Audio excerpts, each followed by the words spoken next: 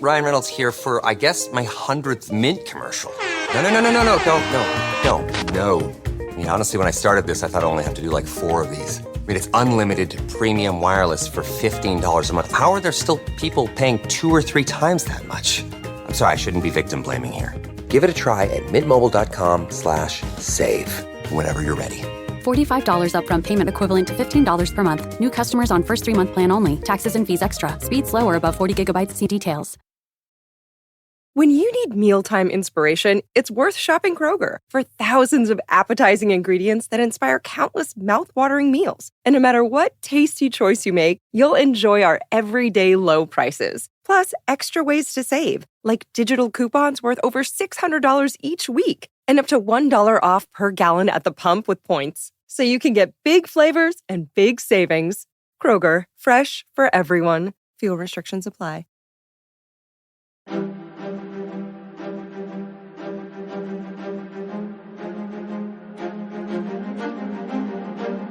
Hello, and thank you for listening to The History of World War II podcast, episode 491, The Russians Are Coming.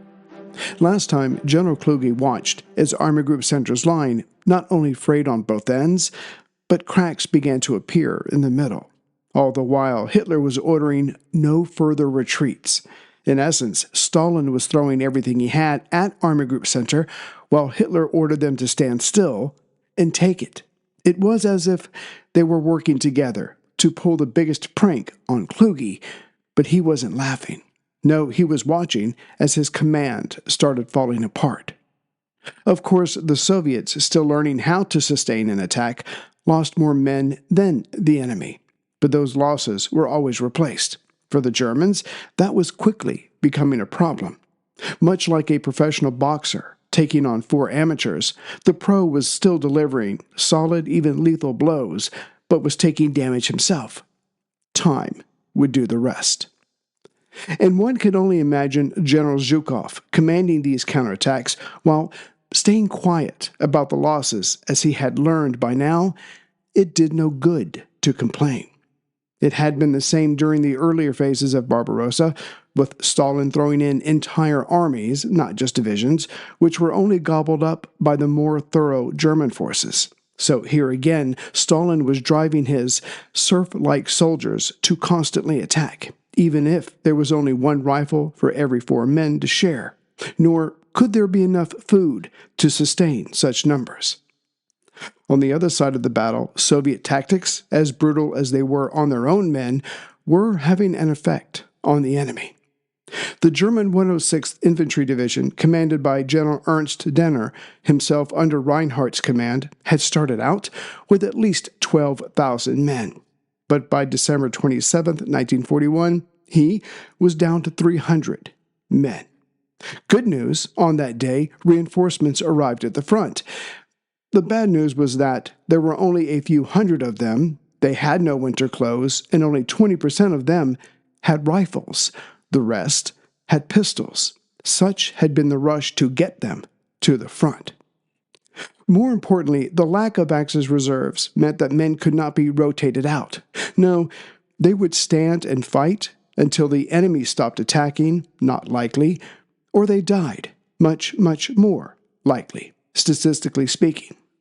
As for the numbers, by the end of 1941, the Soviets had more men under arms than they did on June 22nd.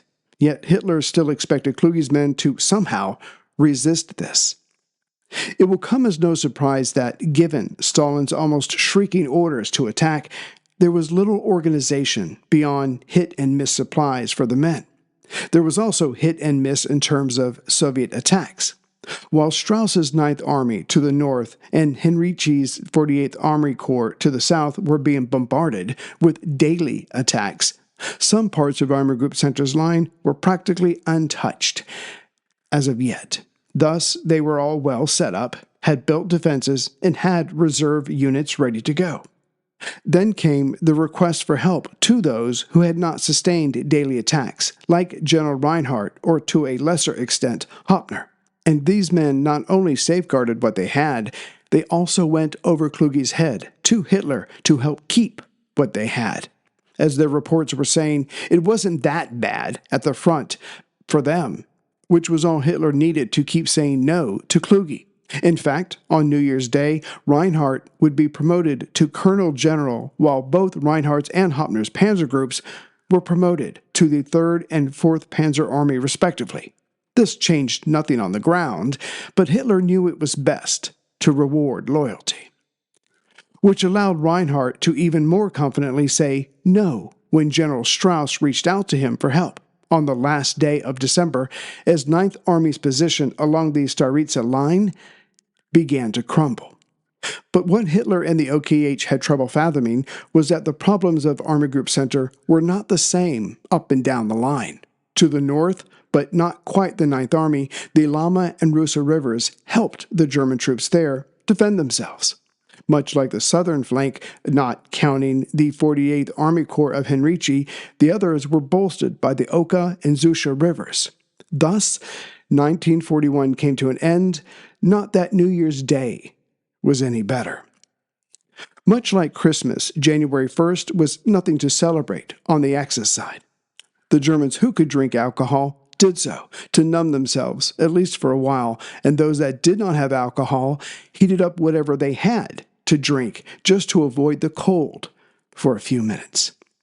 But the truest sign of the times was chief propagandist for the Nazi Party, Joseph Goebbels, who was a true believer, who, when he read out Hitler's New Year Day's message to the troops, had to fake it as never before. He barely got out the last sentence, which pledged that the year 1942 would lead to the smashing of Bolshevism and the Soviet system. When Goebbels returned home, he wrote, "No one is interested in celebrating. Everywhere it is attempted to read the future.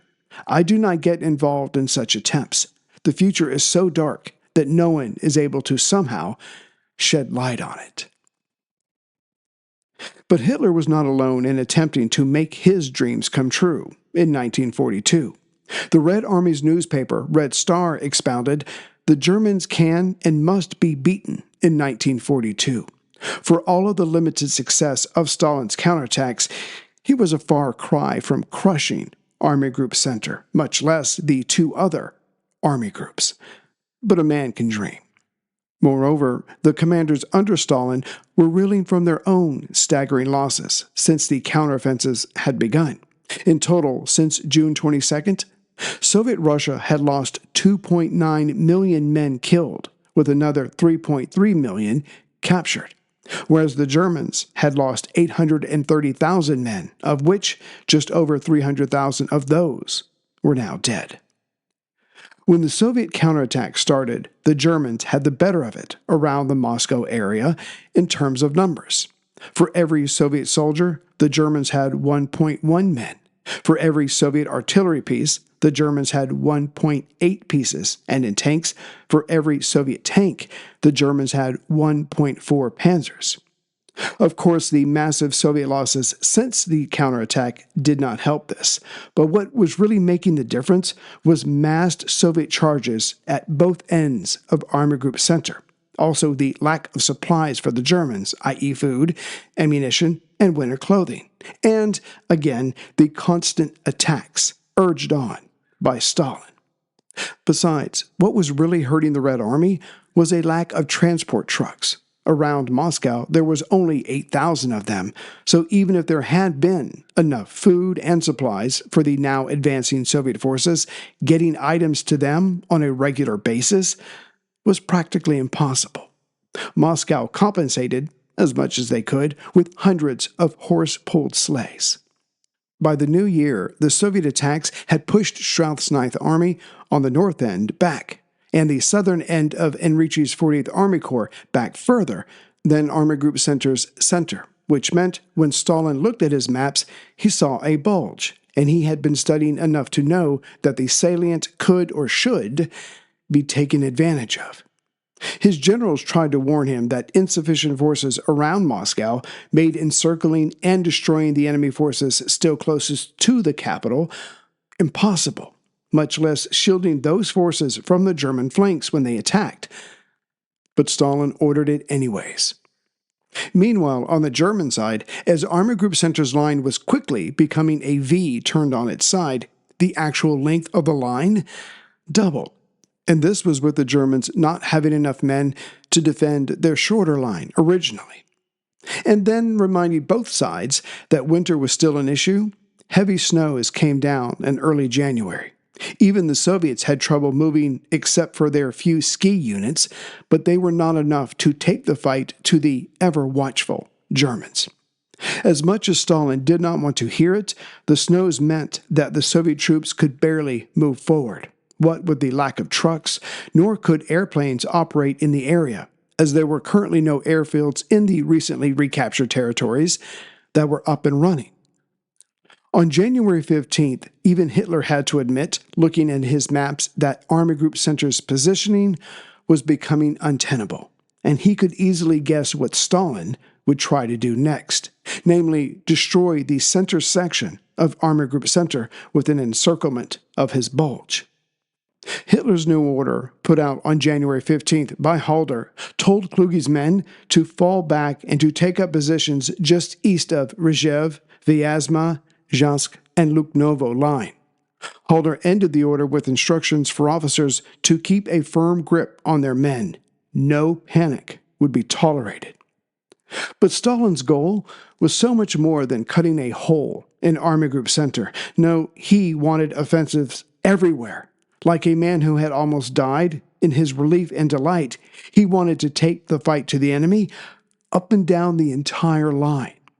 Specifically, there would be no less than 6 major offensives, mostly for Army Groups North and Center, to deal with, though the Barvenkovo-Lozovaya offensive's goal was to retake the Crimea. Yet, quite simply, Russia was not ready to organize and execute so many overwhelming offensives, but the order had just been given. The first of these offensives, the Kursk-Obayan operation, was actually near the end when the other major offensives were started in early January. Launched on December 20th, 1941, Stalin's objective was to capture the city of Kursk, about 150 miles or 241 kilometers due south of Orel, which itself was due south of Kaluga. Also, about 40 miles or 64 kilometers due south of Kursk was Obayan, which was to be captured by Major General Vasily Gordov's 21st Army. Kursk would be captured by Lieutenant General Kuzma Poldast's 40th Army. If this could be achieved, then Orel to the north and Bryansk to the northwest could be attacked directly.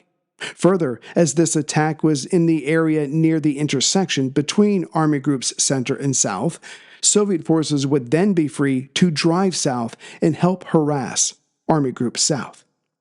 But it will come as no surprise that, as this was just as the enemy was being driven from Moscow's edges, the Soviets were not really ready for this. In fact, the 21st and 40th Armies, about to attack, were under strength, had no reinforcements, few tanks, and like the Germans, were low on ammunition and food. Further, Stalin, not unlike Hitler, just made gestures at the map, if not more so. The man at the top just imagined mass Russian troops charging at the enemy, whereas the Soviet officers had a healthy respect for German artillery and thus made more detailed but separate plans for each army. And it would be this lack of coordination between the Soviet 21st and 40th armies that would allow the Germans to resist as a whole. Starting with the 40th Army, it got underway on December 20th. Its first goal was to cross the Tim River about 75 kilometers or 46 miles east of Kursk. Though lacking much in the way of material, their sudden appearance on the battlefield at first overwhelmed the Germans. The Russians advanced 10 kilometers in the first few days, which may not sound like much, but given the Germans' experience, equipment, and sound tactics, this represented a small defeat for the left wing of the 6th German Army under Field Marshal Walter von Reichenau. On Christmas Day, the village of Tim itself was liberated. However, this was much more than just a local victory. The Germans here, knowing they needed more of everything, compensated for their lack of men with a series of defense systems, having artillery on the heights and clear firing lanes for the enemy units before the enemy reached the German lines. If the Russians wanted this village, they would have to pay much in blood. And Stalin was willing to do exactly that. Again, the village was reached on December 25th, and 3 days later, the Tim River behind it was finally crossed. In an attempt to be somewhat clever, instead of having both armies start simultaneously, only when the Tim River was reached by the 40th Army did the 21st Army start its offensives a bit further south. The thinking was the Germans would be sending reinforcements to the north, thus making the way to Obayan to the south that much easier. Again, their advance caught the Germans somewhat off guard, and 5 villages were freed on the first day. The next day, 2 more villages were rescued, and even though the town of Obayan itself was not liberated, the 21st Army got close enough to cut the rail line between it and Belgorod, further south. So much for the Germans in this area rushing reinforcements up and down the line by rail. What made the fighting here a throwback to a less advanced time was the weather and the speed with which these attacks were thrown together. There was little reconnaissance, so advanced units kept running into, literally, enemy positions or the enemy's advanced units. Planes could barely fly at this time, and they saw even less when they did, as the swirling snow was all around them. And lastly, for the Russians, more than the Germans, there was little artillery to hand, or at least set up to attack when they, again, bumped into enemy units. Thus, it was man-to-man at times, and hand-to-hand.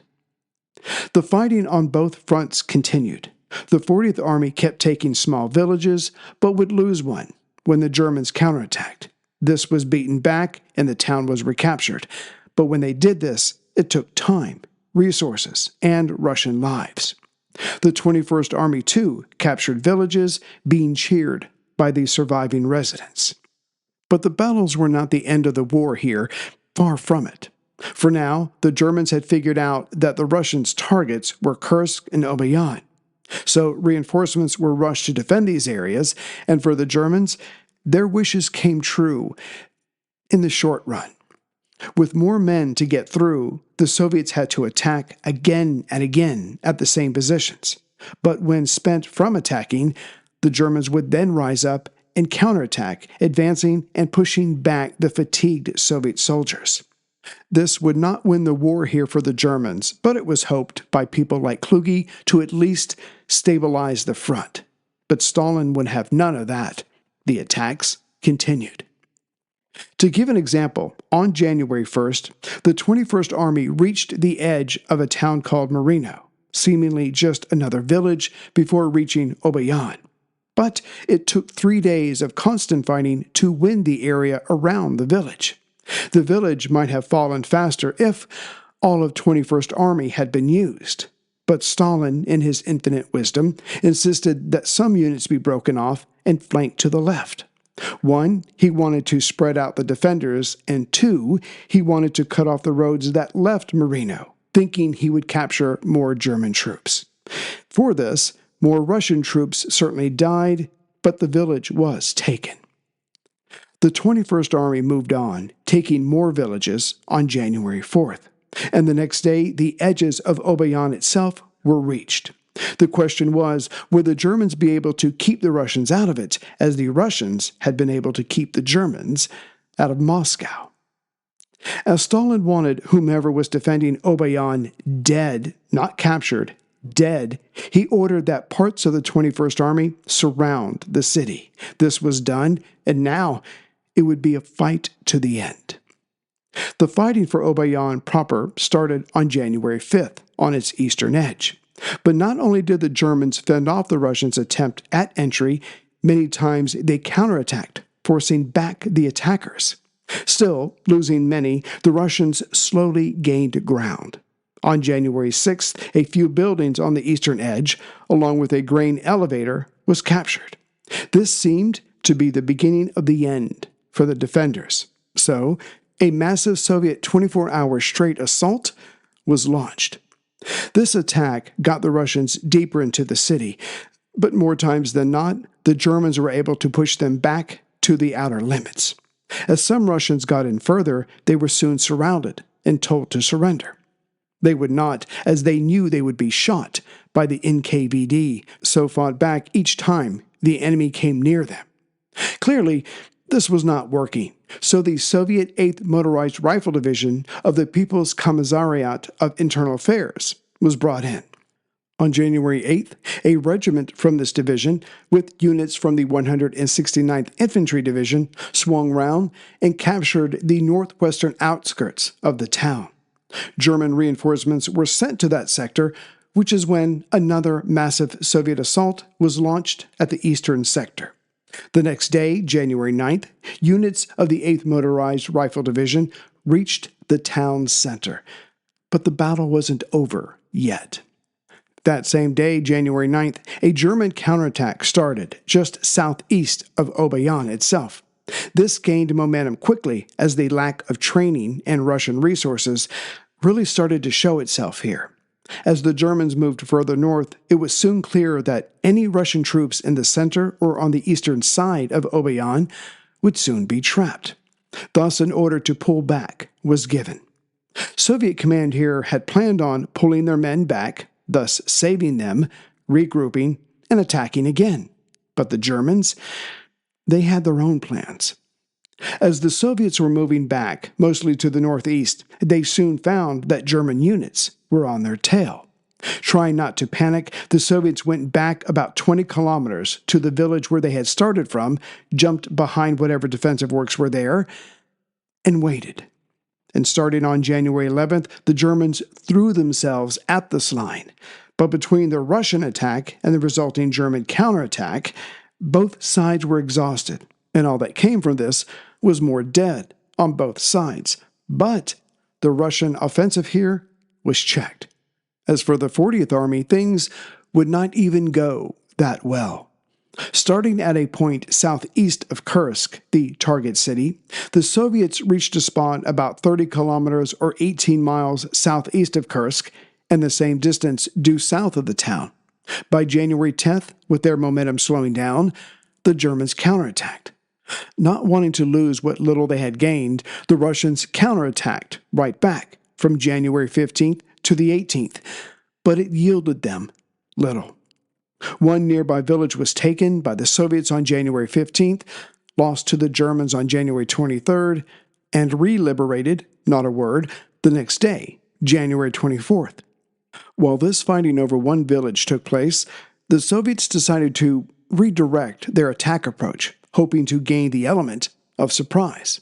Now the push was towards the town of Shigli to the east-northeast of Kursk by some 27 miles or 43 kilometers.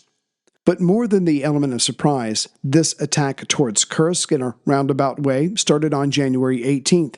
That was the same day of the Barvenkovo-Lozoyava operation, namely to capture territory and to take towns that were about 200 miles or 321 kilometers south of Kursk.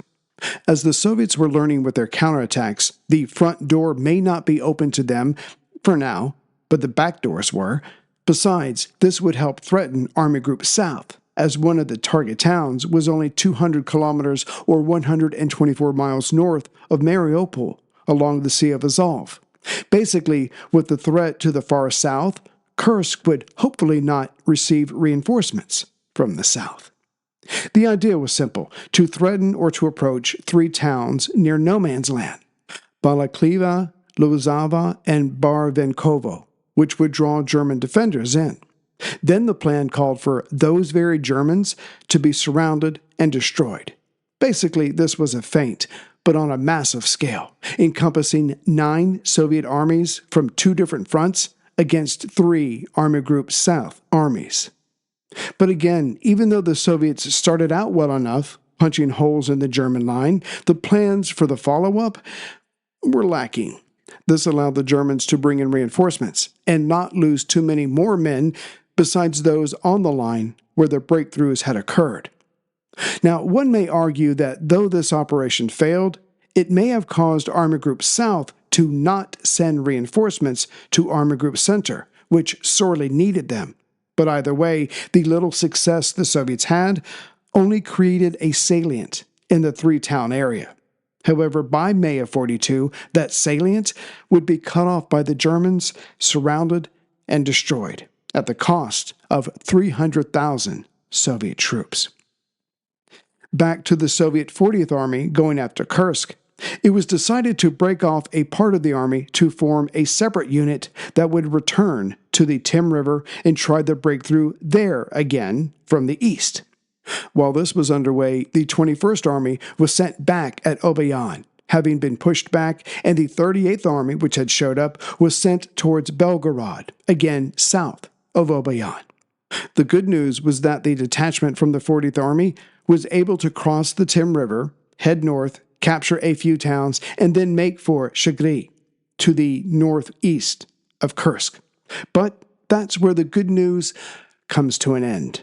This detachment was stalled on January 23rd by some 20 kilometers or 12 miles from the town, and the other two armies were also thwarted short of their targets. Worse for the detachment, as it was soon surrounded, and it had to resist until February 5th, when clearly no help was coming, so they fought their way out, but paid a heavy price in losses. Next time, we'll cover the other offensives, but the one of note was the one against Army Group Center's left flank. There would be 14 Soviet armies attacking the area of Strauss's 9th Army, and 3 of those Soviet armies would get in behind the German left flank. Yet soon, those troops themselves would be cut off, surrounded, and their supply lines cut off as well. The Soviets still had much to learn, as did Stalin. Everything in its own time.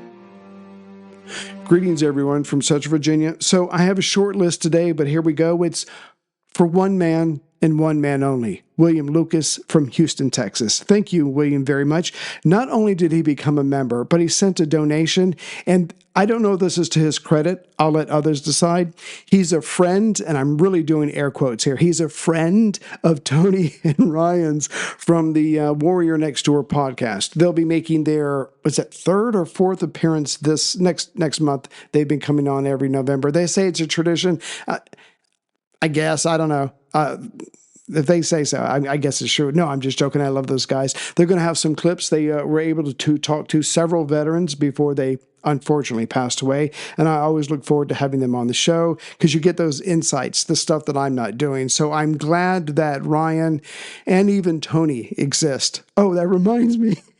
William Lucas said, take it easy on Tony. I think he said he means well. Well, he might mean well, but it is what it is. You know what I'm saying, people. So anyway, so thank you to William Lucas. Obviously, I'm only joking. I look forward to them.